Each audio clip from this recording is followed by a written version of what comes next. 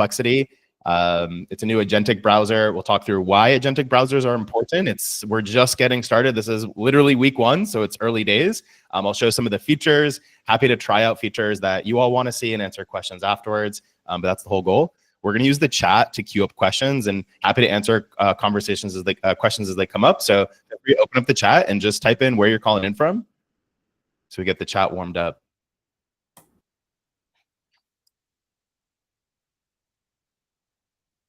Awesome. Welcome, Olivia, calling in from New York. Welcome, Orlando, Florida. Love to see it. Ithaca, nice. Detroit, welcome, Zafar. Austrian Alps, nice. And so in terms of just thinking about why we're even talking about this for today, every week, so I'm Michael, I'm founder of Worldwide Studios. We help people do one-on-one sprints to build with the latest in all different areas of AI, coding voice agents, building no-code tools. And we're starting thinking about why agentic browsers are super interesting. It's a whole new step evolution in interfaces. So you start thinking about interfacing with computers, started with the command line interface in the 60s, all the way through, still relevant today, writing line by line to interface with the machine. Then we had graphical user interfaces. We have Netscape, the first web browser, and that is the standard right now on the internet. We have humans pressing buttons, hoping to click through to get some kind of output, whether you're updating your LinkedIn, getting contacts because you're hiring, or getting that dopamine hit from a YouTube video. So when you start thinking about where agentic browsers sit in, they really start to remove the human from the step-to-step interface and allow large language models to browse for you, do tasks with you, and run anything you would run on the web. And so in terms of Comet by Perplexity, it's not the first agentic browser. Some would argue Arc browser is one of the first, and there's a couple other startups, but it is the first where agentic browsing is at the center. So the Comet Assistant is something that it's integrated in real time, so you don't have to be copy and pasting between web pages. Whatever tab you have up, it's open. It's able to do agentic search in different tasks, which means it's able to take action on your behalf in terms of computer use.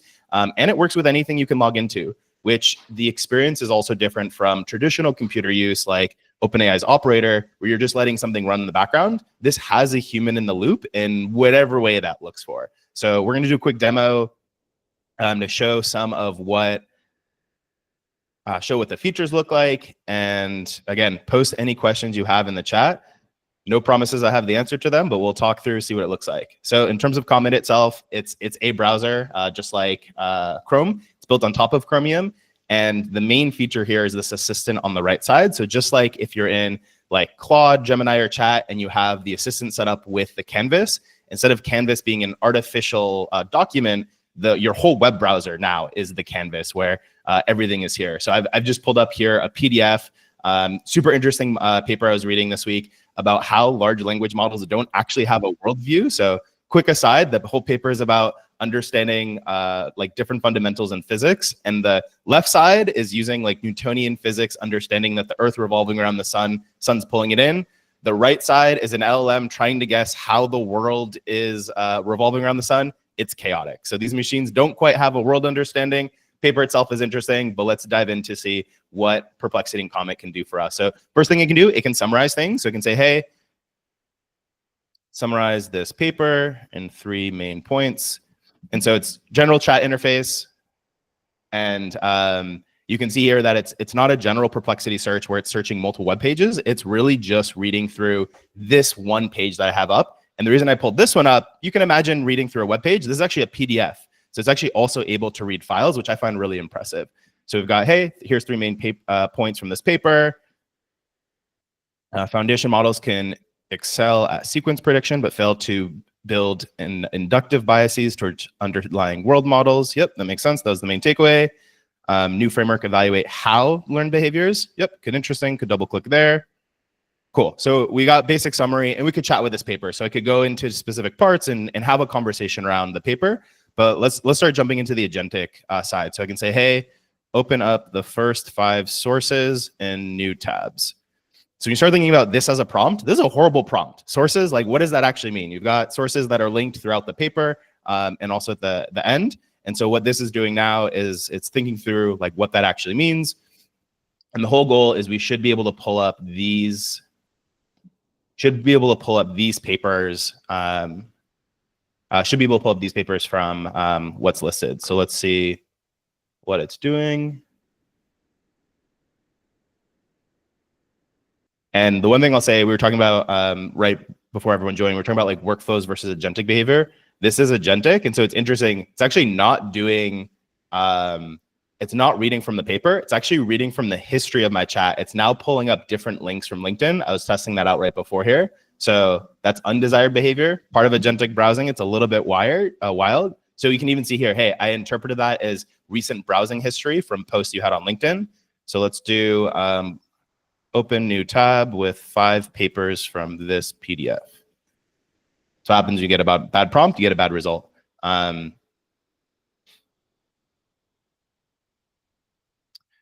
first impression, in terms of this, I think the interesting thing here is the assistant can run automatically, and you can do other things. So you can say, like, how is Tesla stock doing? So as this assistant is running this task in this window and opening up other tabs, you can do other things in browse, which I find really interesting. Being able to actually think about browsing rather than having 100 tabs open and having to switch between them, you can actually start having different tabs do different tasks. So that's an interesting new behavior. We got a summary based off of what's happening with Tesla today. Let's exit that out.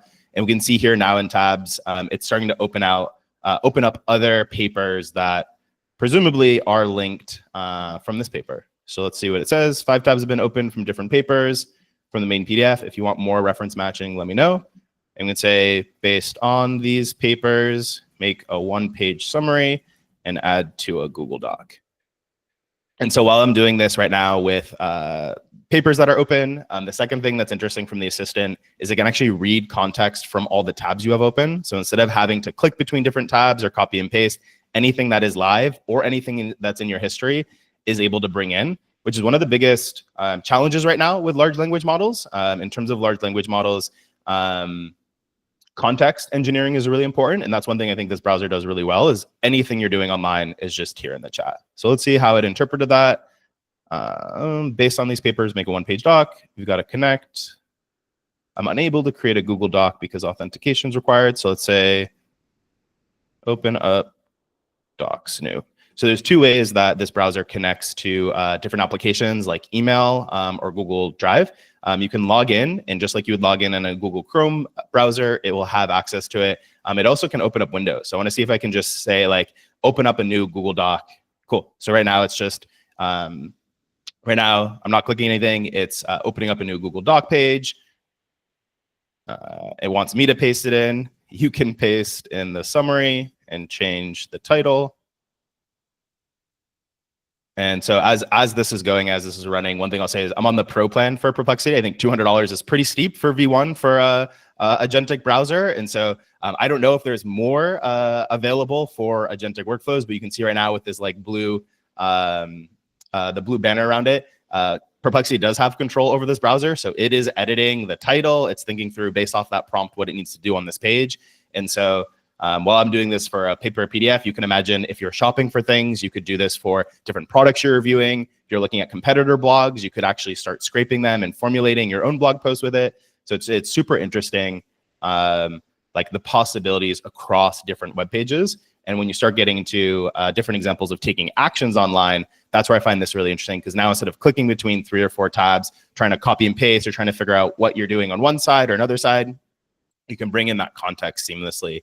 And again, as this is computer use and as this is V1, a lot of their demos are sped up. This is in real time. So even just something like copy and pasting a Google Doc, was benchmarking this before, takes about like 2 minutes or so just to take some context that it has and to fill the Google Doc, which again, I think from expectations we have, that might be a little bit slow, but I just find it interesting because this is happening fully autonomously. So you don't have to be watching it. You could go be doing something else. So there's a little trade-off right now in terms of speed, but in terms of agentic, it is fully agentic. As this is loading, does anyone have any questions that they have as this is editing and creating its own Google Doc? Michael, are you actually using this like in your day-to-day? I mean, I know it's brand new, but are you actually finding yourself using this during your day?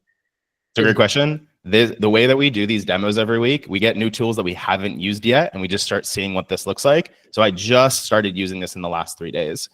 So in terms of, I think the things that I find most interesting are being able to pull out information from things like LinkedIn or X, places I don't want to be on, but it can summarize from. So I find myself using that more often. It feels like the assistant is not only agentic where it's taking action on my behalf, but it can sift through and filter information, so I don't have to be on a specific web page. And so that's been the most interesting thing for me when thinking about using this. I think agentic workflows are still new as like a user interface. So I actually don't have a good mental model for how to let my browser work for me because it's still brand new. So it's almost like learning how to ride a bike again, if all you've ever done is kind of like, I don't know, ride in a car, ride a scooter. So it's such a new behavior. I'm finding myself kind of rewiring, just learning what this looks like. In your opinion, is the speed of response good enough, or do you find yourself a little bit frustrated that it seems to be taking a bit long to do some of the stuff? Yeah, the speed right now, I think the speed is a little bit underwhelming. But when I start thinking about like how much action it's doing, it's using the browser by itself. So when you think about almost working with like a virtual assistant, I find it really compelling from that side. If you think of it as like a co-pilot that can do things instantly, it's going to take a little bit of time. Maybe that's a couple of weeks where they speed up inference. Maybe that's another iteration for speed. So I think from a general user perspective, it might be too slow and it'll frustrate people. From someone who's used a lot of automation and agent tools, I just find it impressive that it's using the browser in the wild. So I think different users are going to have different expectations there. And we can already see here, I asked it to copy and paste things in. And as with most assistants and agents, they really want to try to do the right thing. So there's now also like two different humans in the loop, two different checkpoints for humans in the loop to copy and paste it. So like being able to synthesize a lot of information and do basic things, it's there. Being able to go between tabs and like copy and paste, there's a little bit of friction here because it's also still learning like what does it mean to take something that I generated and then add it in a Google Doc that's here. So again, it almost feels like working with an intern or associate where you're trying to like train that behavior, which maybe using the browser over time will get better or quicker, or just the data they have from other people using it. But you can see here, I just want to copy and paste this thing and it's now still thinking. So we'll see if we can actually get this in the Google Doc. Cool, now it's starting to type by itself too. So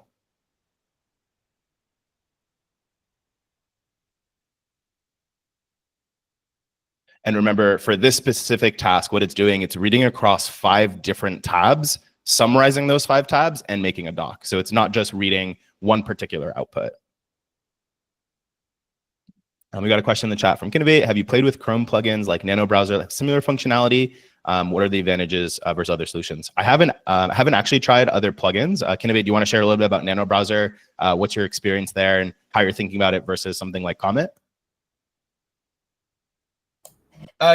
Yeah, no, I don't have a lot of experience with it. I installed it, I played with it a few times, and yeah, generally, I don't know if it's just like my way of thinking and not fully understanding all the capabilities, but it has seemed a little bit slow. But it was cool because it doesn't require a Perplexity subscription, and you can choose your own. You can enter in your own API key, so you can choose which model, and it'll actually allows you to select for like different use cases, which models you might use. For instance, if it's just doing the computer vision and you want it to do it really quickly so it can see the web page and figure out where the buttons are, like you can select models that are best at that and can do it faster. So it seemed to like have some flexibility in that sense. And I'm not sure if in the back end of Perplexity is doing that and you know, sending different tasks to different models. But yeah, to summarize, I don't have a lot of experience. I started using it. It did seem generally a little bit slow, but I think, yeah, giving it more complex tasks, if it really were autonomous and things I could trust it and just like go ahead and do this and don't keep interrupting me because this is what I want you to do, it could be really useful. Yeah, that makes sense. It looks like Nano Browser, like you said, gives you full control. You're plugging in API, so you're just paying for the API calls yourself, which could help costs early on. And then I'd be really interested to see how the multi-agent system works and the task work. I think from Comet's perspective, the thing that's really interesting here is, at least from Perplexity's product, what they've learned over time is that people don't like figuring out like what model do I use, even if it's the cheapest. There's just an auto routing, which I find really nice actually, because there's now so many models that come out every week or 2 weeks. There's an update in the foundation model space, and as a user, I don't want to have to route that. So Perplexity has auto routing here, and when thinking about the task, it's thinking through autonomously what it should do. But you can also change. So I just showed just different text inputs. If we go here and we go here, you can send different screenshots. So it is multimodal. And my guess is it's just using whether it's OpenAI or any of the APIs that are multimodal. Describe this figure. All I did was take a screenshot of this, and now I'm talking with an image, which is baked into Perplexity even as a tool without Comet. So yeah, would be curious to try out the Nano browser. And I think what we've seen from the foundation model space is open source puts a lot of pressure on closed source products. So I'm actually really excited to see, I think this is literally week one in a large company building out a really compelling view of what agentic browsers look like. OpenAI is right on their back saying, hey, ours is coming out. You can expect something from Google and Gemini, probably Grok, we'll see. And so the open source versus closed source, I think that's, there's a lot there, and it ends up being a healthy competition for iterating. We can see here, based off of this screenshot, it took the screenshot and it answered what's there. So last thing I'll show in this demo, let's open up a new tab. And let's just say, summarize the top 5 interesting AI product and startup highlights from my LinkedIn feed. And so I think the thing that's interesting too is alongside doing basic tasks like opening up new windows, hitting purchase, sending emails, doing different tasks, it's able just to look at things as you are logged into something. So I'm just opening up my LinkedIn feed here. I like the curation of my feed. I've got a lot of founders who are updating. Rohil is doing agentic browsers with spatial vision. So he builds in public. Bedrock Robotics, they just raised 80 million. They're based in San Francisco for construction robotics. So that's super interesting. But also just mixed with a lot of random stuff that I don't really want to spend time on LinkedIn. You could do that. You can imagine this the same for your inbox, for different things that it both has browsing history for and the ability to look at.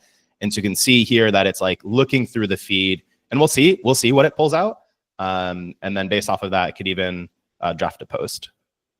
So these are just some of the features I've been really impressed by from like a user perspective. Like, man, gone are the times of centralized product design where everyone goes through the same experience. Now you're going to start having assistants and agents going through whatever data information that you want and taking whatever you want out of that. So again, instead of spending 5-10 minutes filtering out what are some interesting updates, we've got Nemo Infinity launches the canvas, which is that first one. We have an acquisition. We've got that. Cool. We got a new multimodal from there. And so these are all like a lot of signal versus the noise. So that's pretty nice. And let's say draft a post in LinkedIn about these updates on AI. Don't hit publish. And so even switching between searching through information, synthesizing information, and making decisions, then being able to just switch to say like, hey, like make a draft of a post. Draft this in LinkedIn. So we can see it made the post, but it didn't post it on LinkedIn yet. So let's see. So we're getting a little bit of confusion as an assistant. Hey, Michael, question there. Does LinkedIn have any policies about sort of robotic posting? I know I've gotten stopped out in the past with automation of posts in other sales and marketing tools. So wondering if there might be some thoughts there. Yeah, great question. LinkedIn is one of the strictest in terms of not allowing robotic posts. And so I've gotten locked out for 2 weeks trying to integrate other platforms that are integrated into LinkedIn. And so haven't actually tried computer use on LinkedIn. This is the first time doing it. When thinking about using something like Comet versus maybe using like an automated social media manager, Comet is browsing the web like you, and it is pretty slow. So I don't know if it'll flag LinkedIn's posts, and I don't know the full policies, but they do have they are championing humans on the platform. And so yeah, I don't know their exact policies. Great, thank you. This is great. Yeah. I'm really glad to be here. Thank you. Yeah, for sure. We can even see here, like saying like, hey, can we start a post on LinkedIn? And it's kind of stuck in its own mind of like, well, I already drafted the post. Cool, now it's starting, right? So it's like, hey, here we go. So from like a UX perspective, because everything is in chat, everything is condensed, it would be nice to also separate doing something online versus thinking about something online. And so, but it's doing it. So it found where the button is, it's hit start post.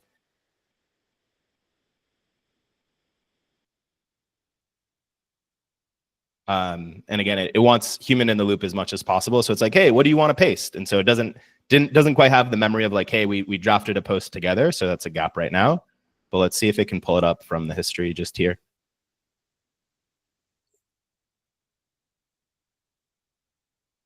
You can even see it thinking like, I can see the post is open, but I need to know what it refers to. And then it wants me to copy and paste. So it's interesting. It can click buttons, it can think through things, but even copy and pasting is still a limit, which still a lot easier to, we even have a copy button here, still a lot easier to keep it in window on the side than having it do things. So failure here for drafting this post, but pushing the limits here. And this is also brand new. So last thing I'll end on in terms of using Comet is just some of the examples that they demoed too, which I actually find really compelling.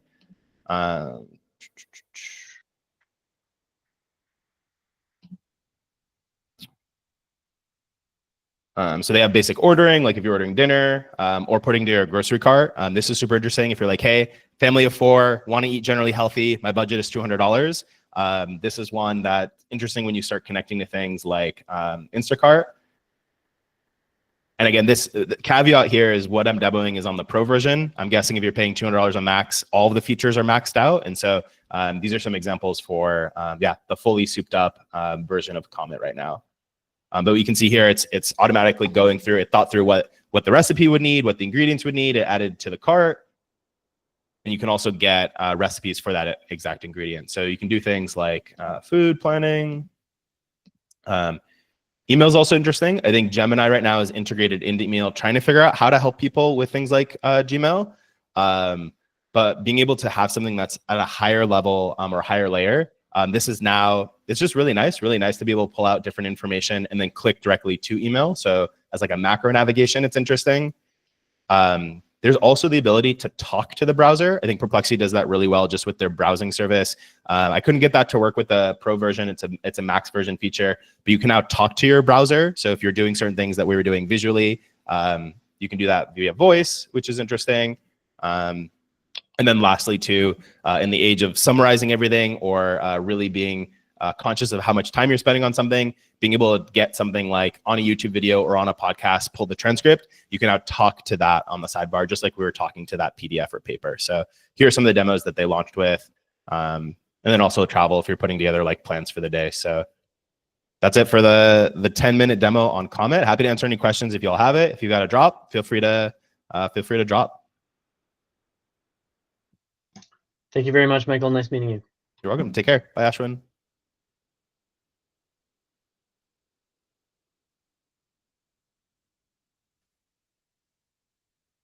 Also happy to answer any questions outside of Comet as agentic browsers. We've done sprints in voice agents, no-code workflows. We just finished up an end-to-end solution in lab automation. So if there's anything AI related, it doesn't just have to be Comet. Anything top of mind, happy to spend the last couple of minutes with questions that you might have. Mike, can I ask you a quick question about multi-pages? So if I have an agent that needs to go to 3 or 4 sites, so it needs to check my calendar, it needs to check the weather, it needs to go to Open Table. Can I daisy chain it across multiple web pages, multiple apps? Yeah, that's a great question. Based off of the browsers I was using, it does it linearly. So say, okay, based off of if you're trying to figure out if you should wear a coat or not, I'll check the weather, I'll check your calendar, here's what that looks like. So the way that I was testing it out, it would go linearly trying to figure out the tasks. What it does say in the public blog post and features that it can do multi-agent, which is assuming it can do just things in parallel. So the short answer is yes. Haven't been able to test that fully for like complicated steps, because you could even see just doing one step like copy and pasting still that doesn't quite work. So when thinking about multiple steps, I think there's a big gap right now for fully agentic workflows where product is thinking for itself exactly what to do versus workflows with guardrails, where if you're telling it exactly like, hey, check my email, check the weather, check my calendar, and give me the best way to set up my commute for the day or give me feedback there. So I think for Perplexity, they're pushing, at least right now, a fully agentic workflow, which is actually really cool to see. I haven't seen a lot of products that push that. And with that will come some challenges when you start going across different domains, for example. Yeah, okay, cool. Thank you. Yeah.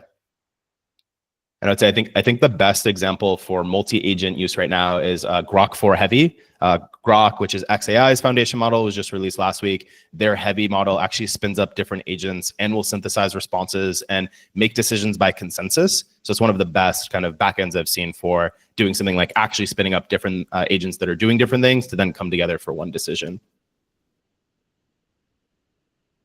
Okay. Awesome. Any other questions?